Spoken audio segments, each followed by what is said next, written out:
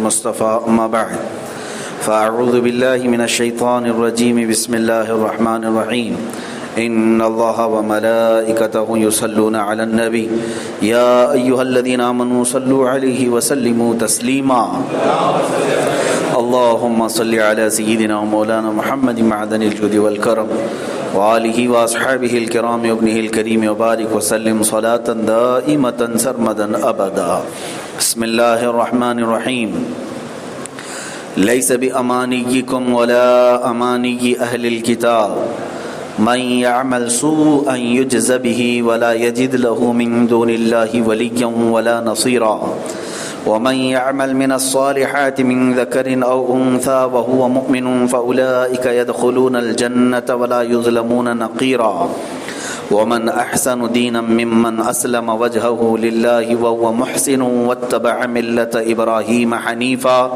واتخذ الله إبراهيم خليلا ولله ما في السماوات وما في الأرض وكان الله بكل شيء محيطا صدق الله مولانا العظيم کام نہ کچھ تمہارے خیالوں پر ہے اور نہ کتاب والوں کی ہوس پر، جو برائی کرے گا اس کا بدلہ پائے گا، اور اللہ کے سوا نہ کوئی اپنا حمایتی پائے گا نہ مددگار، اور جو کچھ بھلے کام کرے گا مرد ہو یا عورت اور ہو مسلمان تو وہ جنت میں داخل کیے جائیں گے اور انہیں تل بھر نقصان نہ دیا جائے گا۔ اور اس سے بہتر کس کا دین جس نے اپنا منہ اللہ کے لیے جھکا دیا، اور وہ نیکی والا ہے اور ابراہیم کے دین پر جو ہر باطل سے جدا تھا، اور اللہ نے ابراہیم کو اپنا گہرا دوست بنایا، اور اللہ ہی کا ہے جو کچھ آسمانوں میں ہے اور جو کچھ زمین میں، اور ہر چیز پر اللہ کا قابو ہے۔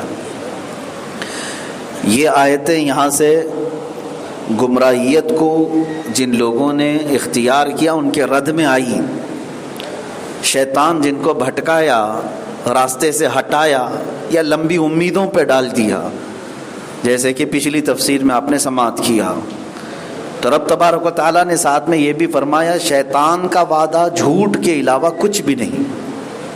شیطان جو وعدے کر رہا ہے تمہارے پاس، تم اس راستے پر آؤ، میں تمہیں بہت زیادہ دولت کے انبار دکھاؤں گا، بڑے مقامات، منصب، عورتیں، شباب، کباب، یہ تمام چیزوں کی جو ہوس دیتا ہے، رب تعالیٰ فرما رہا ہے اس کا ہر وعدہ جھوٹا ہے۔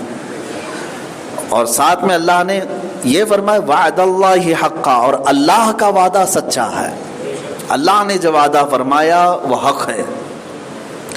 اب آج جو آیتیں میں نے تلاوت کیا اس میں یہ ہے کہ رب تعالیٰ فرماتا ہے کہ صرف لمبی امیدیں رکھ لینے سے کچھ نہیں ہونے والا، اور نہ ہی اہل کتاب والوں کی ہوس پر کچھ کام ہونے والا ہے۔ یعنی جیسے بعض لوگ یہ سوچ کر کے بیٹھتے ہیں کہ ہم اللہ پر ایمان رکھتے ہیں، عمل کرنے کی ضرورت نہیں ہے، بس سوچتے رہیں گے اللہ تبارک و تعالیٰ ویسے ہی بڑا قادر مطلق ہے، غفار ہے، ستار ہے، وہ ہمیں معاف کرے گا، جنت میں داخل کرے گا۔ تو اس امید پر رہنے والوں کا بھی رد ہے، فرمائے گا یقین اللہ کی ذات پر ٹھیک ہے، لیکن رب تعالیٰ فرماتا ہے من یعمل سوءا یجز بہ، جو برائی کرے گا وہ اس کا بدلہ پائے گا، اور جو نیک کام کرے گا ہم اس کو اس کا صلہ دیں گے۔ تو جو لوگ تصور کی نماز والے ہیں ان کے لیے بھی یہاں پر رد ہے۔ ہم بیٹھے بیٹھے نماز پڑھ لیتے ہیں، کیسے پڑھتے ہیں؟ آنکھ بند کیے ہماری نمازیں ہو جاتی ہیں۔ کئی پیر صاحب اس طرح کے ہیں تصور کی نماز والے، تو آج کے زمانے میں آپ یہ نئی نماز لے کر کے آئے ہیں، یہ تو شاید صحابہ کو ملی ہوتی تو بہت ساری جنگوں میں ان کو سہولت مل جاتی، وہ جنگ کے دوران جہاد چھوڑ کر بھی ان کے لیے نماز فرض تھی۔ نماز ایک رکعت پڑھ کر کے جاؤ، پھر دوسری جماعت آئے، پھر دوسری نماز پڑھے، پھر آپ آؤ۔ آپ نے نماز خوف کے بارے میں اس سے پہلے تفسیر سنی، حالت جنگ میں ان کو نماز معاف نہیں تھی، تو یہاں بیٹھے بیٹھے پیر صاحب تصور میں نماز پڑھ رہے ہیں۔ تو یہ ان لوگوں کے رد میں ہے کہ لمبی امیدیں رکھ کر بیٹھنے والے، اور اس طرح کی بھی باتیں جو لوگوں میں داخل کی گئی ہیں، تمہارا کیا کچھ بگڑ سکتا ہے، تمہارے اوپر تو بڑے بڑے مشائخ ہیں، بزرگان دین ہیں، کچھ نہیں ان کا۔ میرے عزیزو، ٹھیک ہے نسبتیں اپنی جگہ پر، لیکن رسول کریم صلی اللہ علیہ وسلم نے خود اپنی بیٹی سیدہ فاطمہ الزہرا رضی اللہ تعالیٰ عنہا سے بھی فرمایا اعملی یا فاطمہ، اے فاطمہ عمل کیا کرو، عمل کیا کرو، جبکہ وہ ان کو دنیا میں جنتی خواتین کی سردار کا اعزاز ملا ہے۔ تو پھر حضرت فاطمہ کو اتنا لمبا سجدہ کرنے کی ضرورت کیا رہ گئی کہ رات کو سجدے میں جائیں تو فجر ہونے لگ جائے۔ وہ عمل کے میدان میں پھر بھی تھے، ان کو تو جنت یہاں بتا دی گئی تھی، دنیا میں ہی بتا دیا گیا تھا۔ سیدنا عمر فاروق رضی اللہ تعالیٰ عنہ کو کیا حضور نے جنتی نہیں فرمایا؟ حضرت ابوبکر صدیق کو جنتی نہیں فرمایا؟ اس کے باوجود حضرت عمر اتنا روتے تھے کہ ان کی آنکھوں کے نیچے سب پورا کالا بن گیا تھا، حلقہ، کثرت سے رونے کی وجہ سے، ڈر کر کے کہ اللہ کی بارگاہ میں اگر میرے معاملات پر سوال ہو گیا تو میں کیسے جواب دوں گا۔ جن کو حضور نے دنیا میں جنتی ہونے کی بشارت دی وہ اتنا ڈرے رہتے تھے اور عمل کے میدان میں تھے۔ ان کی ایک نماز قضا نہیں رہی، وہ رات بھر الگ سے نوافل پڑھتے رہے۔ تو میرے عزیزو، اس طرح صرف سوچ کر کے بیٹھ جانا کہ ہم بہت بڑے پیر صاحب سے وابستہ ہیں، ہمارے پیر صاحب ہمیں بخشوا دیں گے، تمہیں یہ کیا پتا کہ پیر صاحب پہلے بخشے جائیں گے کہ نہیں، یہ تک بھی نہیں معلوم۔ اولیاء کاملین خود ڈرا کرتے تھے۔ حضرت سیدنا جنید بغدادی رضی اللہ تعالیٰ عنہ خود اپنے مریدین سے فرماتے تھے کہ تم میرے آخری وقت تک دیکھتے رہنا، اگر ایمان پہ موت ہو گئی میری تو ٹھیک ہے وابستہ رہنا، ورنہ پھر کفر پر موت ہو گئی کسی کی بھی تو اس کے وہ خنزیر سے بھی نیچے آیا۔ اس کی وجہ یہ ہے کہ جانوروں کا تو حساب کتاب نہیں ہونا ہے، یہ انسان اگر کفر پر مرا تو پھر ہمیشہ کی دوزخ میں چلا جائے گا۔ تو یہ بڑے پائے کے اولیاء کاملین جب اپنے مریدین کو ڈراتے تھے، سرکار غوث پاک رضی اللہ تعالیٰ عنہ ممبر پر کھڑے ہو کر کے اعلان فرماتے تھے کہ میرے سلسلے سے مرید ہونے والا نمازوں کی پابندی کرے، اور اگر نماز نہیں پڑھتا تو اتنا سخت قول ہے غوث پاک کا، فرماتے مسلمانوں کے قبرستان میں اسے نہ لایا جائے، اگر مر گیا تو ہمارے قبرستان سے اسے دور رکھا جائے، یہ غوث پاک نے فرمایا۔ حالانکہ جائز ہے، بے نمازی بھی جاتا ہے قبرستان میں دفن ہوتا ہے، کہاں جائے گا اس کے علاوہ، لیکن وہ اس پائے کے درجے کے ولی، انہوں نے عمل سکھایا ہے اپنے مریدین کو، بے عمل نہیں بنایا۔ یہ دور میں ہم نے بعض مقررین کو دیکھا، خطیبوں کو دیکھا، جو بہت سارے لوگوں کو لمبی امیدوں پر چھوڑ کر کے چلے گئے۔ تم تو سنی ہو، جنتی ہو، یقیناً سنی جنتی ہے، لیکن عمل کے میدان میں بھاگنے کی، عمل کے میدان سے پیچھے رہنے کی کبھی ان کو ترغیب نہ دینا۔ تم خالی سبحان اللہ پڑھتے رہو، تم تو جنت میں چلے جاؤ گے، اتنے جھاڑ ہیں جنت میں تم کو مل ہی جائیں گے۔ ہاں تم صرف اور صرف بس یہاں ہماری تقریر پہ نعرہ لگاؤ چلے جاؤ گے۔ ایسے ایسے اشعار بھی بول کر کے سناتے رہتے ہیں کچھ لوگ کہ میں ڈرتا نہیں قیامت کے دن سے، نہیں ڈرتے ہیں۔ کچھ اشعار بھی اس طرح کے پڑھتے ہیں نعتوں میں وغیرہ ساری چیزیں کہ میں ڈرتا نہیں دوزخ کے عذاب سے، اس لیے کہ میرے سر پر حضور کا سایہ ہے، بڑے بڑے اولیاء کاملین کا ہے۔ تو یہاں بلند بانگ دعوے کر رہے ہو، لیکن خوف بھی تو ہونا چاہیے، خوف بھی تو ہونا چاہیے۔ ہاں جو صحیح معنوں میں اللہ سے ڈرنے والے ہیں وہ کیا کہتے ہیں؟ وہ یوں نہیں کہتے میں نہیں ڈرتا قیامت کے دن سے، بلکہ مفتی اعظم ہند رضی اللہ تعالیٰ شہزادہ اعلیٰ حضرت یوں عرض کرتے ہیں میرے اعمال کا بدلہ تو جہنم ہی تھا۔ وہ پارسا متقی ہو کر پھر شعر میں یوں لکھتے ہیں میرے اعمال کا بدلہ تو جہنم ہی تھا، میں تو جاتا میرے سرکار نے جانے نہ دیا۔ یہ ہوتا ہے اللہ رب العزت کی بارگاہ میں خوف اور اپنے آپ کو کمتر سمجھنا، یہ نہیں کہ ڈینگ مارنا کہ مجھے کوئی ڈر نہیں ہے، خوف نہیں ہے، برے اعمال کر کے بھی ڈر نہیں ہے۔ عزیزان گرامی وقار، آیت کریمہ کے اعتبار سے جو لوگ اس طرح سے بغیر عمل کے بیٹھ کر لمبی امیدیں لگاتے ہیں، اللہ نہ کرے تمہیں کسی کو بھی نہیں معلوم کہ آخری سانس کس حالت میں آنے والی ہے۔ آج آپ صحیح سلامت ہیں، آج آپ کے ہاتھ پیر سب سلامت ہیں، آج آپ سوچ رہے ہیں کہ ٹھیک ٹھاک ہے، میں سنی صحیح العقیدہ ہدایت پر ہوں، قرآن پڑھتا ہوں، نماز پڑھتا ہوں، لیکن چند گناہ بھی ہو رہے ہیں، وہ چھوڑنا نہیں چاہتا، اور وہ یہ سوچتا ہے کہ سب ٹھیک ٹھاک ہے، اللہ معاف فرمائے گا، دوسروں سے تو بہت بہتر ہوں۔ یہ اپنے آپ کو بہتر سمجھتے آدمی عمل کے میدان میں نہیں آیا، نہ توبہ کیا، اسے یہ معلوم ہی نہیں کہ اس کی موت جب آ رہی ہے تو اس وقت اس کا ہوش بھی رہے گا کہ نہیں رہے گا۔ کیا پتا مرنے سے کئی دن پہلے ہی تمہیں کوما میں داخل کر دیا جائے، ہوش ہی نہ رہے، تمہیں توبہ کرنے کی بھی مہلت نہ ملی ہو، ذکر و اذکار کر کے اپنے رب کو منانے کا وقت بھی نہ ملے، تب کیا کرو گے؟ اس وقت تم سوچتے رہ جاؤ گے۔ اور قرآن کی ایک آیت ہے، بعض وہ لوگ ہیں جو کہتے ہیں قال رب ارجعون، اے اللہ مجھے واپس لوٹا دے دنیا میں، لعلی اعمل صالحا، تاکہ میں تھوڑا سا نیک کام کر کے تجھے منع کر کے آ جاؤں گا، لعلی اعمل صالحا فیما ترکت، جو کچھ بھی میں چھوڑ کر کے آیا دنیا میں، یہ مرنے کے بعد کہتا ہے بندہ مجھے ایک بار لوٹا دے۔ اللہ فرماتا ہے کلا، ہرگز نہیں، جو آ گیا بس ختم، دوبارہ جب اس نے نبیوں کو واپس نہیں لوٹایا، نبیوں کو، اپنے محبوبین کو دنیا میں واپس پھر نہیں بھیجا موت کے بعد، تو پھر تمہارا کیا شمار ہے، ہمارا کیا شمار ہے؟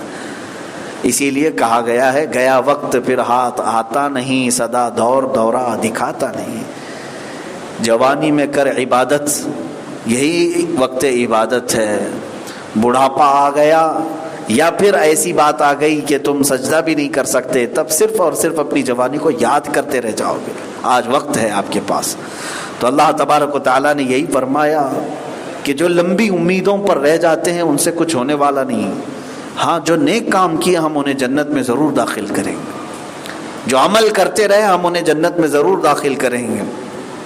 اور رب تعالیٰ فرماتا ہے وَمَن يَعْمَلْ مِنَ الصَّالِحَاتِ مِن ذَكَرٍ أَوْ أُنثَىٰ، جو اچھے کام کرتے تھے چاہے وہ مرد ہوں یا عورتیں ہوں، فَأُولَٰئِكَ يَدْخُلُونَ الْجَنَّةَ، یہ وہ لوگ ہیں جن کو ہم جنت میں لے جائیں گے، وَلَا يُظْلَمُونَ نَقِيرًا، اور انہیں ایک رائی کے دانے کے برابر بھی جنت میں تکلیف نہیں ہوگی، کوئی نقصان نہیں پہنچے گا۔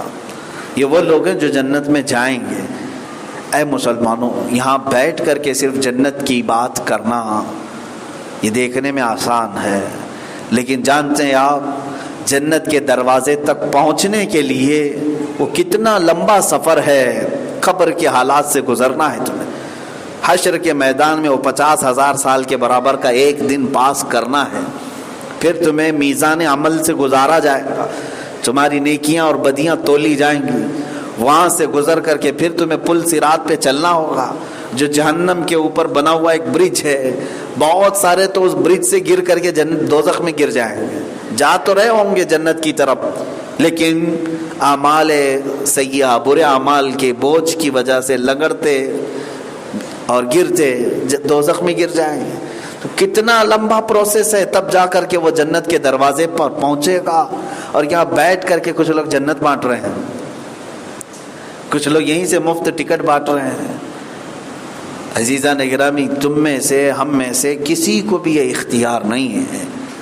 ہاں یہ اور بات ہے کہ رسول پاک صلی اللہ علیہ وسلم جسے فرما دیں وہ جنتی ضرور، کیونکہ وہ مختار کل ہے، نبی جو چاہیں عطا فرما دیں، بھری جنت ہبہ کر دیں۔ حضور پاک صلی اللہ تعالیٰ علیہ وسلم کو اللہ نے مختار بنایا ہے۔ اب یہاں پر لوگوں کے بعض کمزور عقیدوں سے لوگ کھیلتے ہیں، وہ خاص طور پر ادھر زیادہ ہے، ہندوستان، پاکستان، بنگلہ دیش، یہ جو بر صغیر کہلاتا ہے، سب کانٹیننٹل، یہاں کے لوگوں میں انت وشواس زیادہ ہے، یعنی بہت زیادہ توہم پرستی، خیالات کے پیچھے چلنے والے لوگ، یعنی کسی نے کہہ دیا کہ یہاں پر کچھ ہوتا تھا تو بغیر تحقیق کے اس کو مان لے جاتے ہیں۔ اسی لیے ہند اور پاکستان اور یہ اتنے علاقے میں جتنے دین پائے جاتے ہیں، جتنے مذہب پائے جاتے ہیں، پوری دنیا میں کہیں نہیں پائے جاتے، یہاں زیادہ ہے انت وشواس۔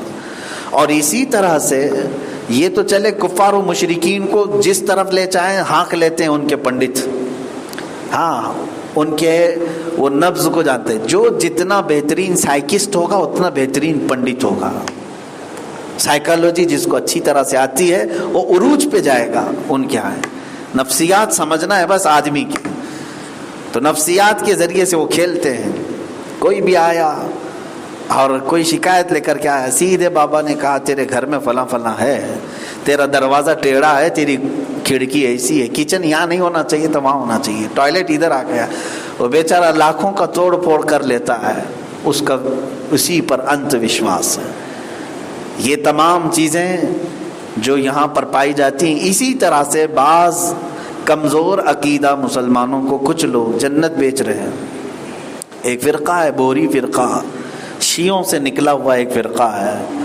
ان کے ہاں تو باضابطہ مرنے کے بعد اپنے گرو کے پاس جاتے ہیں, اپنے مولوی صاحب یا جو ملا ہے ان کے, جا کر کے دفنانے سے پہلے اس کے نام کی جنت کی ٹکٹ لے کر کے آتے ہیں. یہ بھی ہم نے سنا ہے. ان کے ہی جو فالوورز ہیں ان سے جس کی جیسی حیثیت ہوتی ہے ویسے خرید کر کے آتا ہے. باپ مر گیا تو بیٹا جاتا ہے ملا جی کے پاس, کہا ابا کا انتقال ہو گیا تو کیا چاہیے, کہا جنت میں 2 کھجور کے درخت چاہیے, 2 اخروٹ کے. کہا 4 لاکھ, 1 لاکھ کا 1 درخت, اور شاید وہاں پر وہ اسکوائر فٹ کے حساب سے بھی بیچتے ہیں, لیتے ہیں. یہ بڑی بات ہے. کوئی اگر بیچ رہا ہے بیچ رہا ہے, حیرت اس پر نہیں ہے. دکان لگانے والے ہر طرح کے ہوتے ہیں, حیرت خریداروں پر ہے.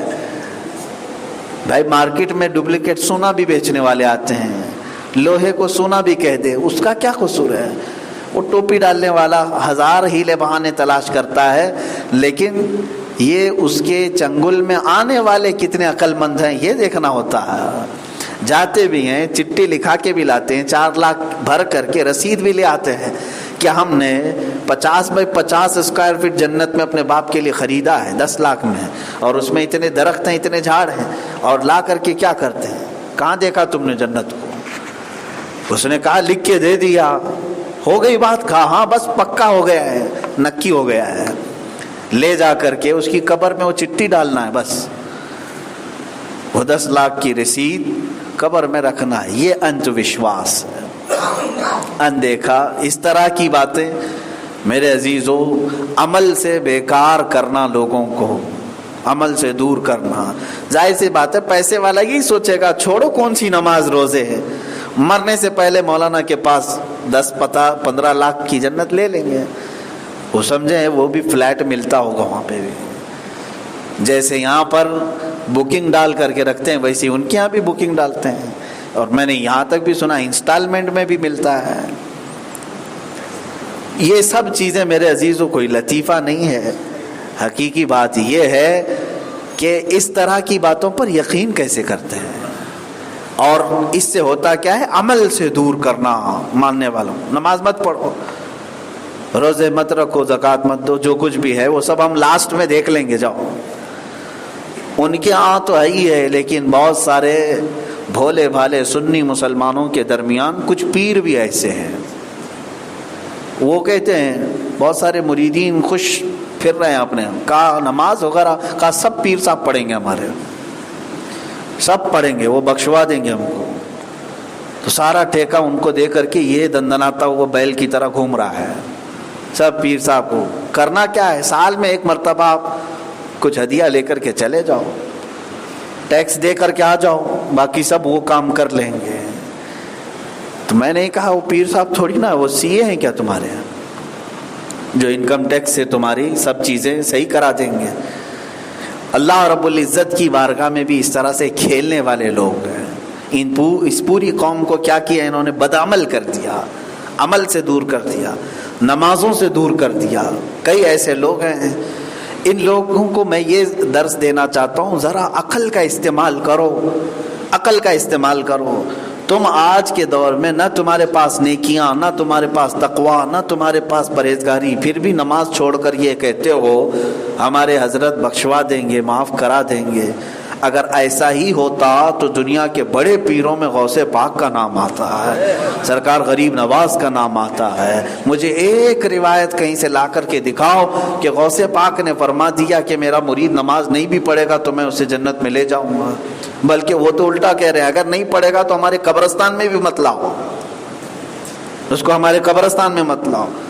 سرکار غریب نواز رضی اللہ تعالیٰ عنہ سخت تلقین فرماتے نمازوں کے متعلق، عمل کے میدان میں کوڑے نہیں رہنا، اپنی جو ڈیوٹی ہے وہ پوری کرو، پھر نسبتوں پر یقین رکھو، کام پورا کرو، اس کے بعد پھر اولیاء بھی ہیں تمہارے لیے مددگار، انبیاء بھی ہیں تمہارے لیے سفارشی، قیامت کے دن اللہ کی بارگاہ میں سفارش ہوگی۔ کچھ نہ کر کے پھر اگر یہ کہہ کر کے بیٹھنا، یہ خطرے سے خالی نہیں ہے، شیطان اس طرح کی لمبی امیدوں پر ڈال رکھتا ہے، اس سے باز آ جائیں۔